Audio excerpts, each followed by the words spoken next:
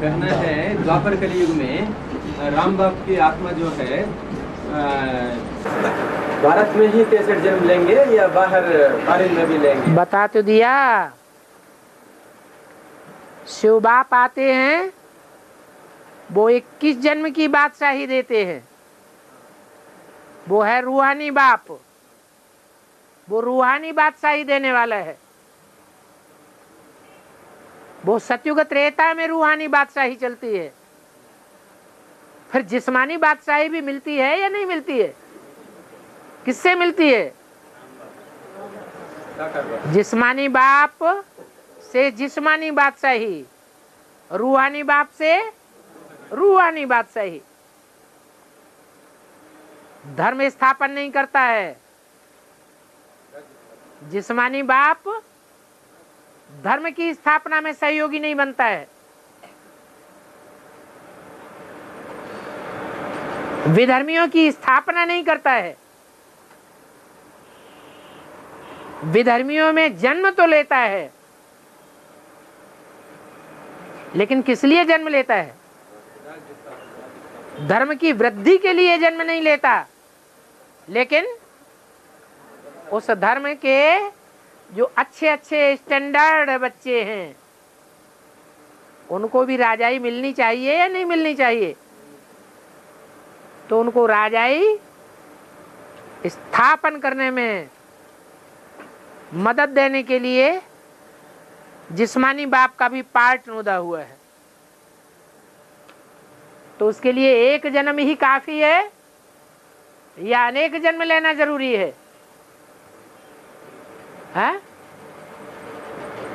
अरे जिस्मानी बाप जो बेहद का बाप है,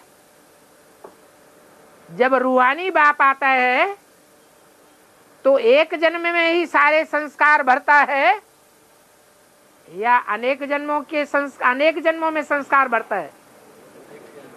एक जन्म में ही सारे संस्कार भर लेता है। ऐसे संस्कार भरता है तीव्र पुरुषार्थ के, जो हिस्ट्री में प्रसिद्ध हैं कि बाबर उसी जन्म में साधारण सिपाही और उसी जन्म में साधारण सिपाही से बढ़कर सारे देश का सम्राट बनकर के बैठ जाता है और मुगलों की राजाई स्थापन हो जाती है। तो एक जन्म ही काफी है। एक धर्म की स्थापना के लिए, काहे की स्थापना? एक धर्म में राज्य की स्थापना के लिए एक जन्म ही काफी है। इसलिए अव्यक्त वाणी में याद दिलाया, बाप दादा के तीव्र पुरुषार्थ को तो तुम बच्चियां जानती हो ना। ये तीव्र पुरुषार्थ के संस्कार बाप दादा माना शिव की आत्मा, शिव और राम की आत्मा, अथवा राम और कृष्ण की आत्मा, किसे कहे हैं बाप दादा? कौन तीव्र पुरुषार्थ करता है? राम और कृष्ण की आत्माएं एक शरीर में रहकर जो पार्ट बजाती है वो तीव्र पुरुषार्थ का पार्ट है।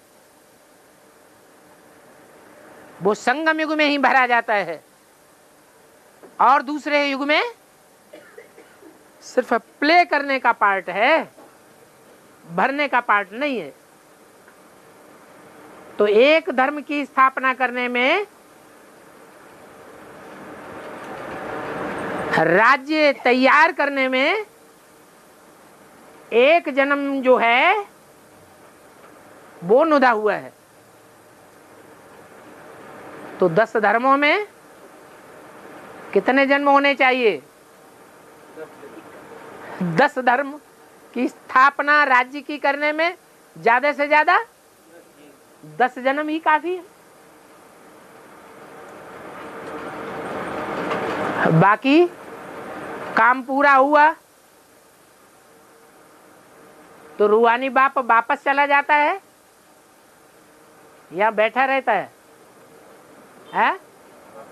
रूहानी बाप भी वापस चला जाता है अपने देश में। उसका अपना देश कौन सा है? रूहानी बाप का देश है। रूहानी कौन सी दुनिया? रूहानी दुनिया, परम धाम। और जिस्मानी बाप का देश है भारतवर्ष। तो भारत में वापस जाएगा।